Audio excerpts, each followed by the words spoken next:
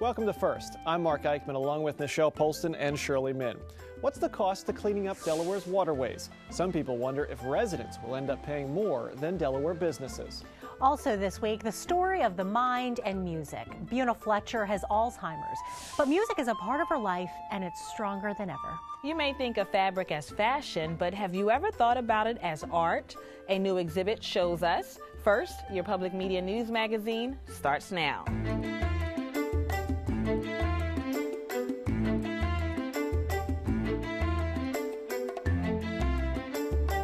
Delaware's water is dirty. Most of it is too dirty to swim in or eat fish from. You'll probably find a lot of people who say something should be done. Governor Jack Markell says to do that cleanup will cost for each resident $45 a year. First Look reports on that plan and some watchdog groups who worry businesses won't be held accountable if they pollute in the future.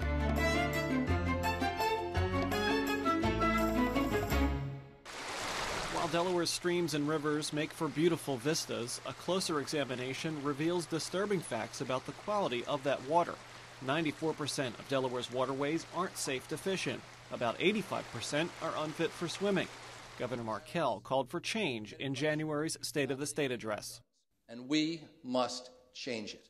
In March, Markell revealed a more detailed plan that would fund water improvements and cleanups statewide by charging residents a $45 annual fee.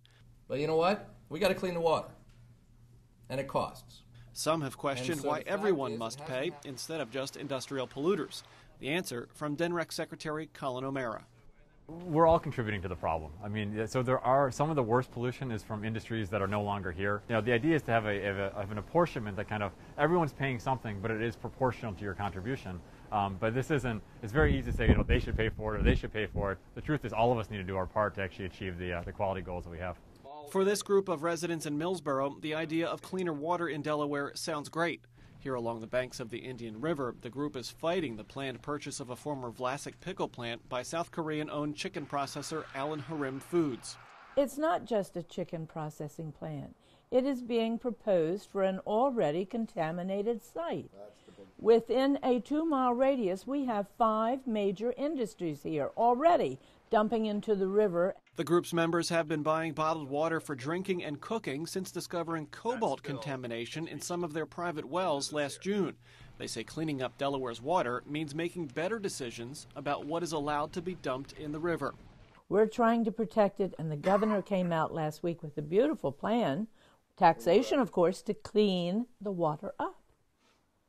You know, I would love to jump on his bandwagon, but I cannot endorse dumping all that wastewater into this river. In the case of Alan Harim, they actually don't own the facility yet. They haven't submitted a draft permit or an application for a permit for the facility, but they'll have to meet the very rigorous standards of pollution control strategy. Whether Markell's plan is approved or not, residents who live near the water will continue to monitor the state's action on water issues, especially in light of the new clean water push.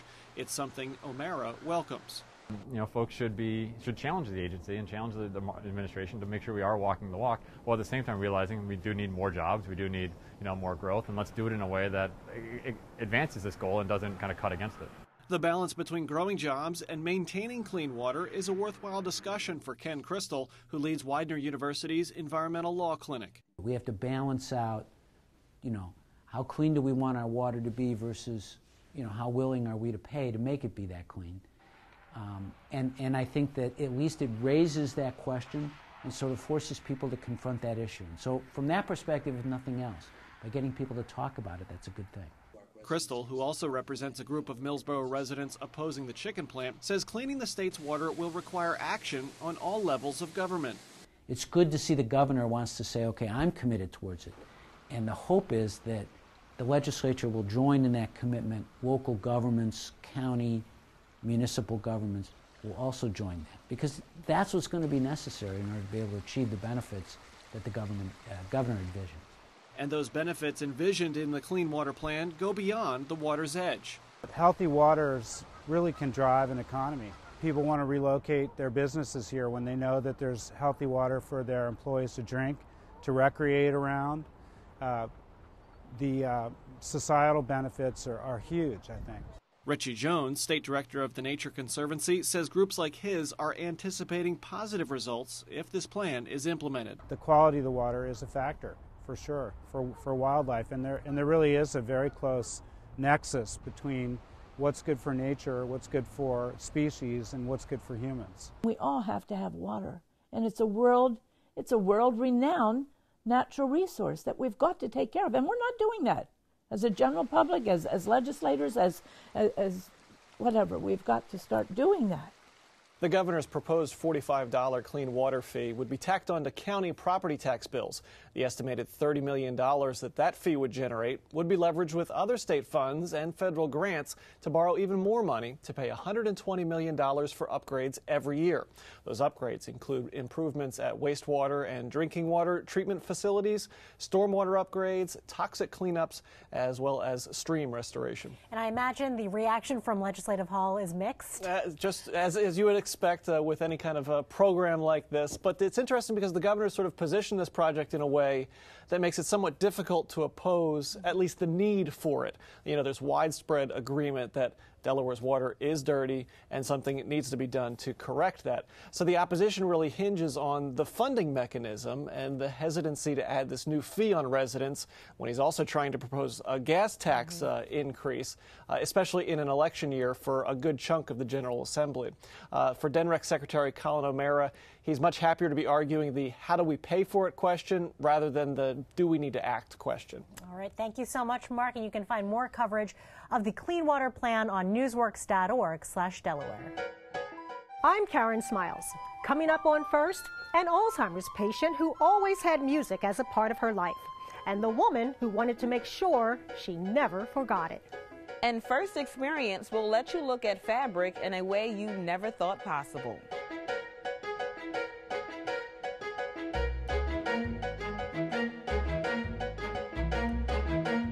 Wilmington, like many cities in our region, has a problem with abandoned housing and blight throughout many neighborhoods. First Person this week welcomes Wilmington City Council President Theo Gregory. Thank you for making time for us. Thank you for having me. So you were at Harvard last week for a conference sponsored by the Community Progress Leadership Institute. That's correct. I understand there were leaders representing many states like Mississippi, Massachusetts, Wisconsin, West Virginia, leaders representing cities in those states. Pretty much tell me your experience. We had about 8 different cities there from various sizes. Wilmington was the smallest. We had a lecture consisting of about 30 people, and we also had small sessions with other cities, and we had small sessions within ourselves. So it was a real good experience to get to know people, to experience what people have the same problems we have. So it was really nice. Did you learn anything in particular from maybe someone in Wisconsin or West Virginia? Well, the one that I liked the best, they had one on leadership, making a distinction between leadership and authority, and the challenges is in addressing blight in that regard, whether you're going to be a leader in addressing blight with a vision, or whether you're going to use your authoritative tools that you have on the books to address blight. What have we tried in the past? Well, what we've done in the past, I remember under Jane Vincent, when she was director of real estate and housing, there was a strategy we put in place in terms of how do we get the best bang for our buck. In other words, do we go in and we look at blight and 1 or 2 houses in a block, or do we go 5 houses in a block, or do we go a more massive area? The thinking was, if you do 1 house, you may not have an impact on that community, but some communities, if you do 1 house, you have an impact. So what we were trying to do was look at, in the past, how do we get the best impact for the houses that we do address? Obviously, there are challenges. Challenges come into play. Can you tell us a little about that? Well, actually, what's taking place is, with respect to our vacant properties, one of the biggest challenges is air property. In certain parts of the city, when people die, the properties tend to sit there. It's hard to get title or to find out who the property should pass to, and therefore we have a difficulty addressing those properties. There's another area that's very interesting and unique in our challenges, and that is when mortgage companies foreclose, they don't go all the way and cause the deed to go to their name, so the property sits there in limbo. We'll continue to send notices to the previous homeowner, and the previous homeowner comes in and say, I don't own that property anymore. Okay. But we're trying to hold them accountable. So we need to do something to ensure that the law says that mortgage companies, once you foreclose, you can't just let the property sit there. You've got to transfer it to in your name, and then we can hold you accountable. Where are we with the new search for a new police chief? Well, I think about 2 weeks ago we started our national search. Bobby Cummins is there now as the interim or the acting chief. I know the mayor has convened a 5-member board. I believe the process requires that he have police chiefs from 5 other jurisdictions in the state of Delaware. They'll get the applications and they will go through them and make a recommendation to the mayor as to who he should or should not hire. I'm a fan of Bobby Cummins. Okay. So I'm going to put a plug in for him. Yeah. Hopefully we won't have to go outside the state to get anyone. Hopefully Bobby Cummins will end up being our police chief. But I'm not trying to tell Mayor Williams who should have as chief. He's made that very clear. He's going to make that decision. But I want to put a plug in for Bobby. Theo Gregory, Wilmington City Council President, thank you for being a part of First Person as always. Click on the box on the upper right of newsworks.org/Delaware to watch this interview again. The devastating effects of Alzheimer's disease are well documented. It robs those affected of memories built up over a lifetime. It's sometimes up to friends and loved ones to help them hold on to the things that they once held dear. First contributor Karen Smiles has a story about the disease and a unique bond. Hi, Karen. Hi, Shirley. Buna Fletcher has lost her ability to perform life's simple tasks, but she has always loved music. On Friday afternoons, Buna's confusion turns to joy when her friend Dorcha Shover stops by to play duets on the recorder. For Dorcha, it's a chance to express her art.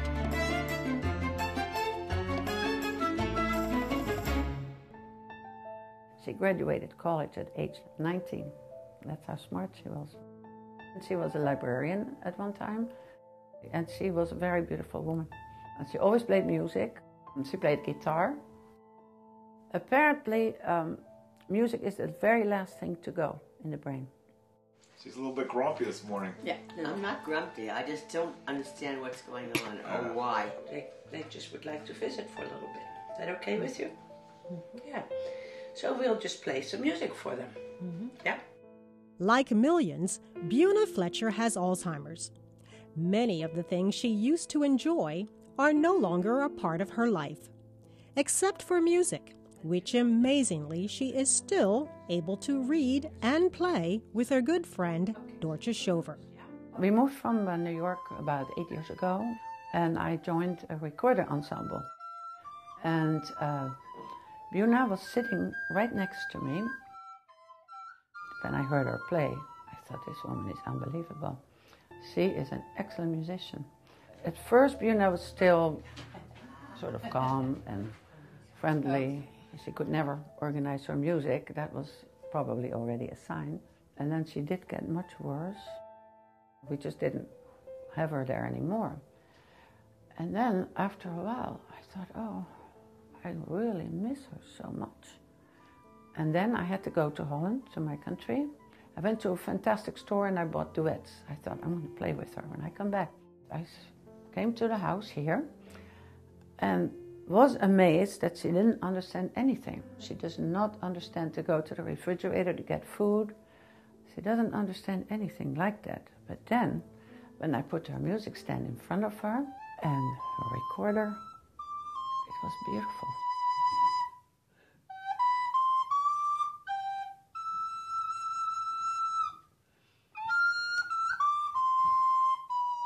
My father was a musician, both a pianist and a composer. He played a lot of music, practiced regularly. It was just part of the household. And it continued to be part of the household after she met her husband Fletch at Camp Unity, a communist camp. They lived a life surrounded by music and art.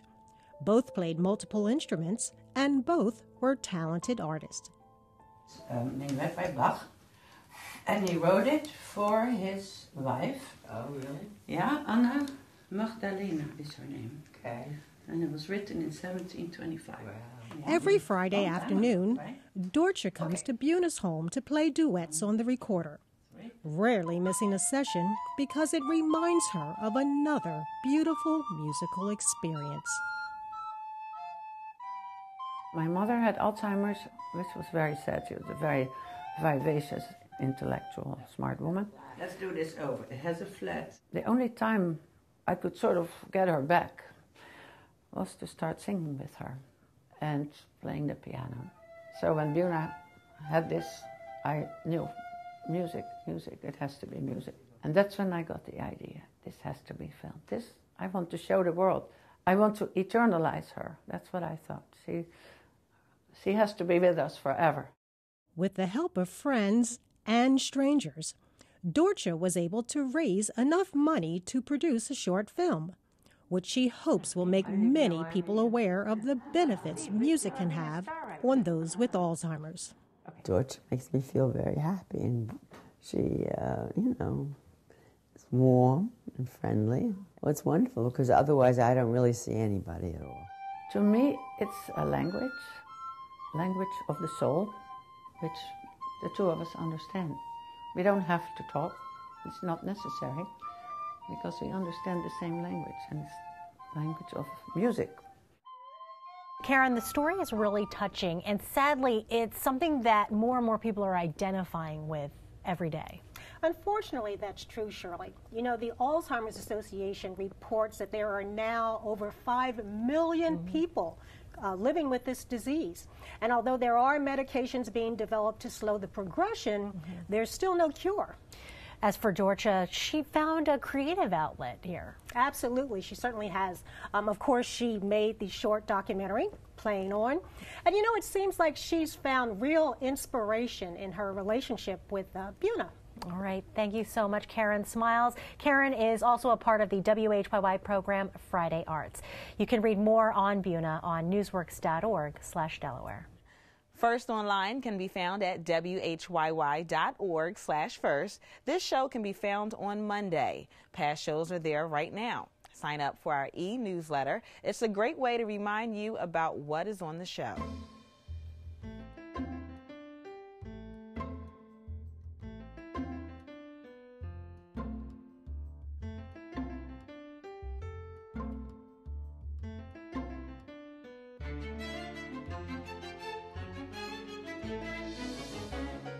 At the top of the show, we talked about Governor Markell's approach to clean Delaware's rivers and streams. So let's pick up the conversation on State of Play. Here with me again are Stephanie Hansen, former Newcastle County Council president, now with the law firm of Young, Conaway, Stargate, and Taylor.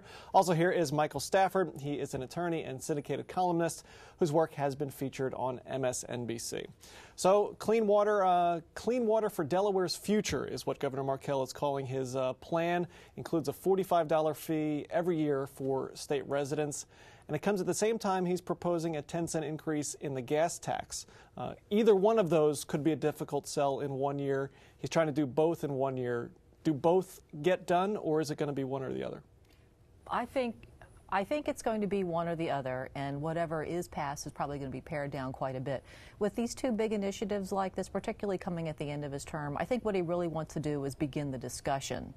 And I think timing-wise, what he's done is kind of setting up the the gas tax first and then the water second. I think the water passes. I think we get something as far as a new fee for water, because that has broader appeal, has more emotional appeal to people than the gas tax. And I think that they introduced the gas tax first, so at least it would get some discussion, because 6 weeks later we're going to start talking about the water, and it's going to fall to the wayside. Yeah, I tend to agree with that. I mean, water, who can be against? I mean, even except for Rich Collins, who's against clean water in Delaware, right? I mean, there's a small constituency against that. It's an issue that impacts all of us. So we all live here. We all drink the water. We all know how dirty it is, and the statistics really are sobering. That said, you know, when I look at, and I know how we fund transportation, and I know how other states have funded water improvement projects, like Maryland with the flush tax for the Chesapeake Bay, but I do wonder sometimes if anybody in Dover remembers the benefits of progressive taxation, because when you look at the gas tax, for example, I mean, this is a consumption tax. It's going to hit working Delawareans on the lower end of the socioeconomic spectrum the hardest. When you look at the water tax, it's not It's not as bad to me as the gas tax because the fees do increase depending on your usage. Corporations, large users are going to be paying more than your average household. And, you know, at $1 a week, it's not really a huge hit. The governor's been very passionate about this. I was at the press conference, he announced it, and he, you know, sounded like he was back on the campaign trail, really, you know, hammering home the need for clean water. And he's been just as passionate about the gas tax and the importance for safety, for improving the state's infrastructure, as well as jobs. And he's even said, you know, there is no plan B for the transportation work that needs to be done, that you know, we'll just do less if nothing gets done. Is it right for him to play hardball on this? Does he need to really kind of force his hand? He can. I mean, what's at stake at this point? You know, I mean, I think that he's pushing very hard in his last term for things that he really believes in, and there's a lot to be said for that. I don't know. What do you think? Jack, the coalition builder, I'm not so impressed. He does tend to have a sort of take it or leave it, top-down leadership style that's become increasingly apparent as we've moved through his time as governor. I do wonder if he is setting or laying the foundation and building the coalitions of interest ahead of time. The gun bills were, you know, a great example of that. Has he laid the foundation, the groundwork, done the prep work before the announcement? Or is he coming to the folks down in the legislature with sort of fiats? This is the plan, this is what I want, and I'm not really going to have that discussion with you. But I mean, that said, every legislator gets complaints about, you know, stormwater problems, about flooding. We know, you know, when we talk about the water plan, it's not just drinking water, it's not just cleaning the streams for recreational use. There is a component to that where we're going to be looking at making some of the improvements that we need to do to counter sea level rise and some of the threats that we are going to be looking at and we know are coming. The question is going to be, are Kent and Sussex County now ready to recognize that there is an issue, and not just recognize that there's an issue, but ready to put some money towards it? Because we started having this conversation about stormwater and flooding and all this at least a decade ago. I mean, I was on the task force that started this discussion, the governor's task force, back in 2004 and 2005. And Kent and Sussex were not on board at that point. And that's the reason why a lot of the recommendations that were serious and now getting some play weren't being talked about a decade ago. Now, the last few years of flooding and stormwater and a lot more emphasis on it, I think the real question is going to be, are they ready to come on board? And if they are, then we will finally now begin to see, turn the corner on some good water legislation. Well, we've heard a little bit of criticism of the governor's clean water plan falling along those north-south lines. You know, the folks down in Sussex County not wanting to pay to clean up rivers that were polluted by Newcastle County industry, and it's sort of, it happens on a number of issues that this divide, it's sort of a state divided. Well, that's why now it's not about Sussex County cleaning up Newcastle County's problem. It's about Sussex County has a flooding issue. Sussex County has got some real stormwater issues. Are they going to recognize it now, and are they ready to put some money towards fixing those things? Well, and Sussex County has a nitrates issue too. I mean, some of the industrial farming uses down there, the chicken industry in particular, but there are plenty of people in Sussex County who have water issues, who have flooding issues, who know that they can't fish and eat the fish from their lakes and their streams and their ponds. So I think it is an issue that's going to resonate with everybody. Stephanie Hansen, Michael Stafford, thanks so much for being here. State of Play can be found when you click the upper right-hand box on newsworks.org/Delaware. Most art museums don't have works made with knitting material, paper, Barbie dolls, or twist ties. But the Delaware Art Museum isn't most museums. First Experience brings you Fiber Next, an atypical show right here in Wilmington.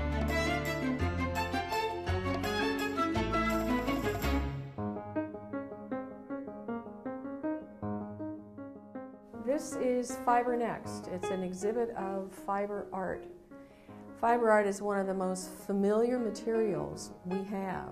It goes back millions of years to when fiber was put together in baskets and used functionally. This show is about new techniques, new materials, and some new concepts as well. The fun part of putting the show together was that Gina and I are both artists, fiber artists in our own right, and the similarity between having an idea and then going through all the work and putting it together and having a wonderful final product that you're happy with turns out to be exactly the same process that we did curating it. It's beautiful, it's intricate, it's challenging, it makes people think. Fiber art does all the things that art does, so there's no reason why it shouldn't be in a museum. Each of these works here is, you could say, obsessive. There's many, many repetitive steps, many repetitive processes. All the 12 artists spend a lot of intensive, repetitive time making their piece. All these works are done with the hands, handwork, and there's something very primal and pleasurable about making something directly with your two hands.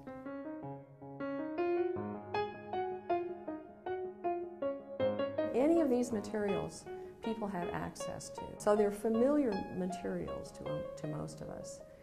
And it's that familiarity that we want people to come away with that makes them realize that art goes beyond something that is 1 or 2 dimensions on a wall. We have a piece that's photography. It really is almost a quilt of hundreds of photos, and actually, because of the choice of subject matter, actually looks 3-dimensional and looks woven. The only functional piece of work we have in this show is a beautiful coat, and it's made entirely out of thrift shop wools, cashmere and merino and all these very beautiful wools. From thrift shops, she felts them and reworks them and makes these beautiful, beautiful coats out of them. To see people that you're talking with about fiber begin to realize the possibilities of it is very exciting. I had a grandmother with her granddaughter here on the opening, and she couldn't wait to get home and try some of these things. I'm really happiest when I'm in my studio making art, but curating this show had very similar pleasure, having this large creation of this show with different elements that all work together and creating one, I think, beautiful piece of art, which is the Fiber Next show. We hope everyone comes to see the show. Come and see it and enjoy it. The Delaware Art Museum exhibit runs through April 13th. And while you're there, check out the grounds. They were yarn bombed. The trees have been decorated in anything fiber. For more information on the exhibit, head to delart.org.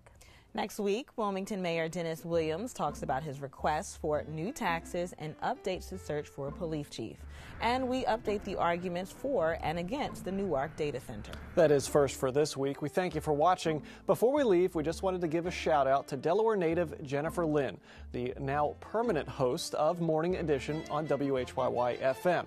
The first state is represented on radio, too. For Shirley Min and Nichelle Polston, I'm Mark Eichman. Have a great week.